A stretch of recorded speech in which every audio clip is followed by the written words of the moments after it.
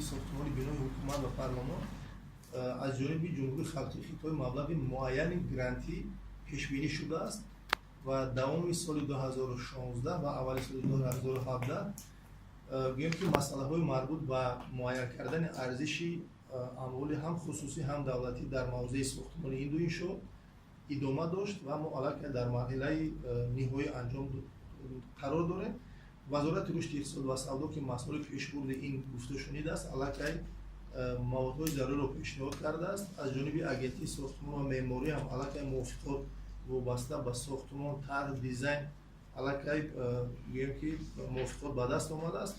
فکر میکنم که من خود آگاه هستید میبینید که قسم زیادی انشاءات ها از اونجا الان برطرف کرده شدن و اطمینان داریم که باور داریم که دوام سال ساختمان این انشاءات بخصوص ساختمان پارلمان نو شروع باید شود و ما شروع کردیم. من نماینده روبای کارخانه نقدگذاری ما در اینجا حضور دارم.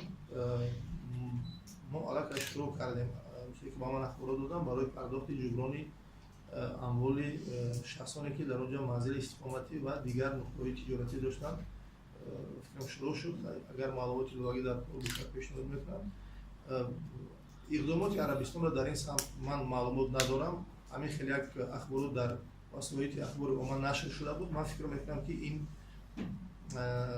در یگان ساعت این چنین مسئله گذاری نشده بود.